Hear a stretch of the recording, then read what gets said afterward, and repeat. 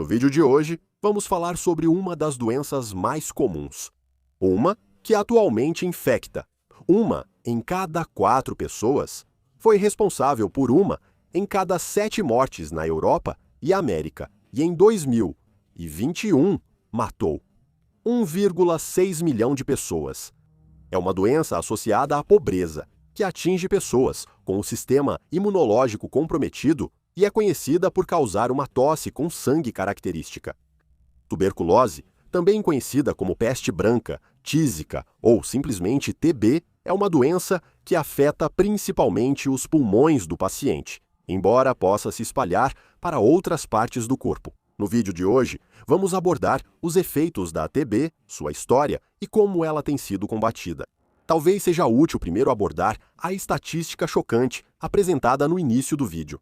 Embora uma em cada 4 pessoas esteja infectada com TB, para a grande maioria, cerca de 95%, ela é controlada pelo sistema imunológico e nunca apresentará sintomas. Isso é chamado de infecção latente por TB. Felizmente, na maioria dos casos, o sistema imunológico impede a multiplicação das bactérias. A Mycobacterium tuberculosis, responsável pela doença, é transmitida pelo ar e, uma vez inalada e chegando aos pulmões, o sistema imunológico entra em ação. Mas a bactéria é um organismo bastante complicado.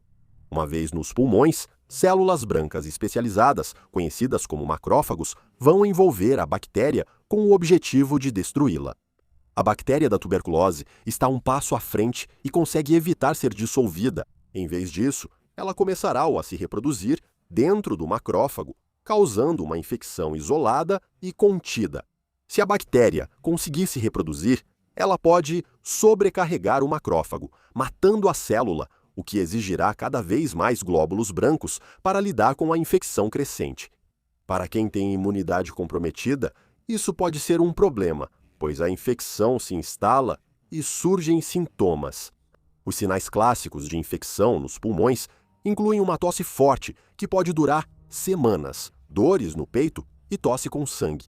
Além disso, o paciente pode apresentar perda de apetite, calafrios ou febre e está definhando. Frequentemente, a pessoa fica pálida, sofrendo de um cansaço intenso. Em cerca de 20% dos casos, a bactéria pode se espalhar dos pulmões para outras partes do corpo, onde causará mais danos. Ela pode prejudicar rins, ossos, sistema linfático e nervoso central. Geralmente, esses casos afetam pessoas com imunidade muito comprometida. Como dito antes, a bactéria da tuberculose é transmitida pelo ar. Quando uma pessoa infectada e que apresenta sintomas tosse, fala ou até mesmo respira, ela libera a bactéria no ar. No entanto, aqueles com tuberculose latente não vão espalhar a bactéria. A tuberculose não é transmitida por contato, como apertar as mãos, nem pode ser transmitida ao tocar superfícies onde a pessoa infectada esteve. A bactéria da tuberculose, no entanto, é um organismo resistente, capaz de sobreviver em superfícies secas por muito tempo e pode resistir a desinfetantes de baixa potência. Quanto à história da doença, há evidências que remontam ao período neolítico, ou seja, por volta de 5.800 a.C. Exames realizados em uma múmia egípcia, a senhora Urtiassano, revelaram que ela provavelmente sucumbiu à tuberculose, com evidências de infecção nos ossos da coxa, tecido dos pulmões e na vesícula biliar. Isso só foi possível porque muitos órgãos internos dela não foram retirados na mumificação. Na Idade Média, a escrófula, doença dos gânglios linfáticos, foi descrita como nova forma de tuberculose. Na Europa, a doença era chamada de mal do rei, pois se acreditava que o toque real poderia curá-la. Entre os séculos 17 e 19 na Europa, a tuberculose foi responsável por 25% de todas as mortes. Em 1720, pela primeira vez, o médico inglês Benjamin Martin postulou a causa da tuberculose. Ele achava que a infecção era causada por, abre aspas, criaturas vivas incrivelmente minúsculas. Portanto, ele postulou que, para evitar qualquer infecção, os não infectados deveriam evitar passar tempo com os infectados. Mas algumas explicações mais fantásticas foram dadas, especialmente na Nova Inglaterra, onde a tuberculose foi associada a vampiros. Como a tuberculose levava famílias inteiras, uma pessoa de cada vez, surgiu a crença de que aqueles que morriam de tuberculose passavam a atacar os familiares ainda vivos, descrevendo a doença como uma bactéria com presas. Para impedir novos ataques de vampiros, os moradores assustados exumavam os corpos das vítimas da tuberculose e realizavam todo tipo de rituais, incluindo queimar órgãos internos. O caso de Mercy Lena Brown, que sucumbiu à tuberculose junto com sua mãe e irmã, é um desses exemplos. O corpo dela, assim como os de sua mãe e irmã, foram exumados. Porém, o corpo de Mercy não se decompôs, diferente de seus parentes, que já estavam em decomposição. O cabelo e as unhas de Mercy pareciam ter crescido, e sua pele e coração ainda tinham sangue, considerado prova de que ela era vampira. Isso se deve ao clima frio que preservou seu corpo, mas ainda assim, os presentes arrancaram e queimaram o coração de Mercy. Depois, eles deram as cinzas ao irmão de Mercy, que também sofria de tuberculose, na tentativa de curá-lo. Do século XVIII ao XIX, a tuberculose foi epidêmica na Europa e resultou em milhões de mortes. Como de costume, os mais pobres foram os mais afetados. Os mais jovens eram mais suscetíveis e, por isso, a tuberculose foi apelidada de ladrão da juventude. Mas foi a Revolução Industrial na Europa que aumentou as taxas de infecção.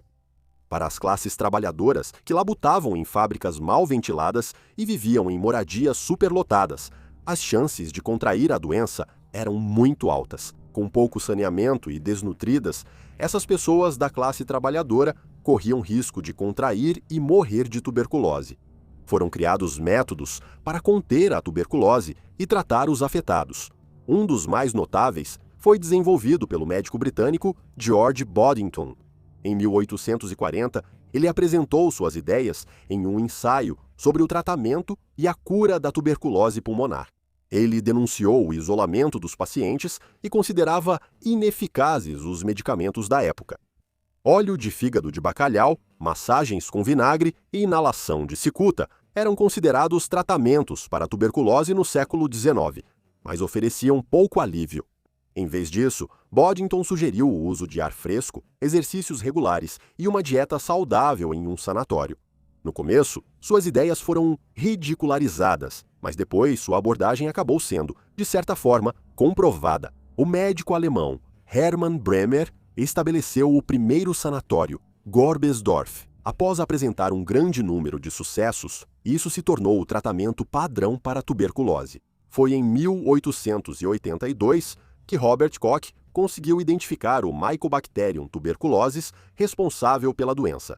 Quem viu nosso vídeo sobre antraz deve lembrar desse nome, pois ele também foi importante para entender a transmissão da doença. Koch tentaria criar uma cura para a tuberculose com a tuberculina, um líquido estéril derivado das culturas da bactéria. Infelizmente, a tuberculina falhou como cura, mas se mostrou eficaz como teste diagnóstico para a doença, pois, quando injetada em um paciente infectado, o local da injeção fica elevado e inchado. Essa descoberta foi essencial para identificar a tuberculose e garantir que o paciente não tenha outra condição. Koch receberia o Prêmio Nobel em 1905 por seu trabalho sobre a tuberculose. Em 1921, Albert Calmette e Jean-Marie Camille Guérin desenvolveram a vacina BCG enquanto trabalhavam no Instituto Pasteur. No entanto, isso não ocorreu sem controvérsias ou ceticismo. Isso só aumentou após o desastre de Lübeck. Entre 1929 e 1933, 251 crianças foram inoculadas com doses contaminadas da vacina BCG.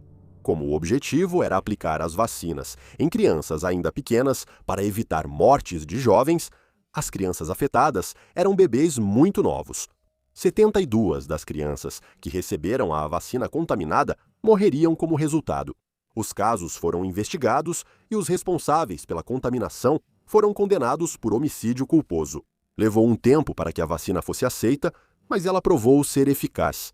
Nos últimos 80 anos, ela ainda é a vacina mais amplamente utilizada e tem um efeito protetor comprovado contra meningite e tuberculose em crianças.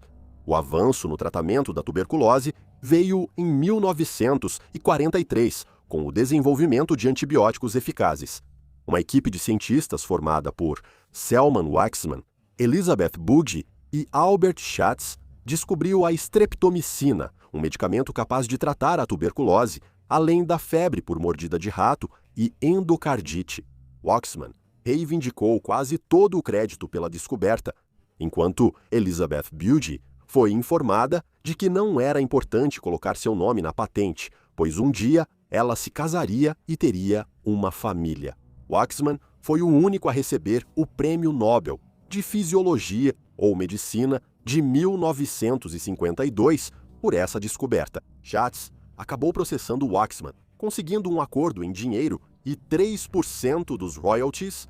Elizabeth Bugge recebeu apenas 0,2% dos royalties, junto com várias outras pessoas, cujo trabalho contribuiu para a descoberta. Apesar de ser um caso complicado, isso ajudou a redefinir como o crédito deve ser atribuído para descobertas científicas.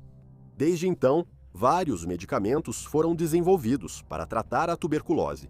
Isoniazida, pirazinamida, etambutol e rifampicina servem como um coquetel de 4 medicamentos no tratamento da tuberculose sensível a medicamentos. Embora a tuberculose exista em todos os países, não é endêmica em todos. Atualmente, ela representa a maior ameaça no mundo em desenvolvimento. A maioria das mortes e infecções ocorre em crianças. A combinação de superlotação e desnutrição continua sendo um dos principais fatores na disseminação da tuberculose. Mas aqueles com o sistema imunológico comprometido, como os afetados pelo HIV/AIDS, têm mais chances de adoecer com tuberculose, sendo uma das principais causas de morte entre pessoas que vivem com HIV. Em 2018, as Nações Unidas e a Organização Mundial da Saúde conseguiram unificar os Estados-membros da ONU para confirmar seu compromisso em lidar com as epidemias de tuberculose. Isso deve ser feito com tratamentos preventivos para 30 milhões de pessoas e mais financiamento para pesquisas sobre a doença. Embora as taxas de tuberculose estejam caindo, a luta contra a doença está longe de terminar. Por enquanto, a tuberculose continua sendo uma das ameaças mais mortais para muitos no mundo em desenvolvimento. Ela foi responsável por milhões de mortes ao longo da história, mas em grande parte do mundo desenvolvido já é coisa do passado.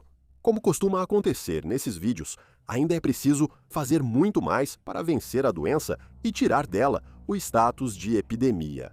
E mais uma vez, é um caso de disparidade e desigualdade que impulsiona as infecções. Convido todos a pesquisarem mais sobre as ações contra a tuberculose e a lembrarem que, embora pareça uma doença do passado para alguns, ainda é uma ameaça real para muitos.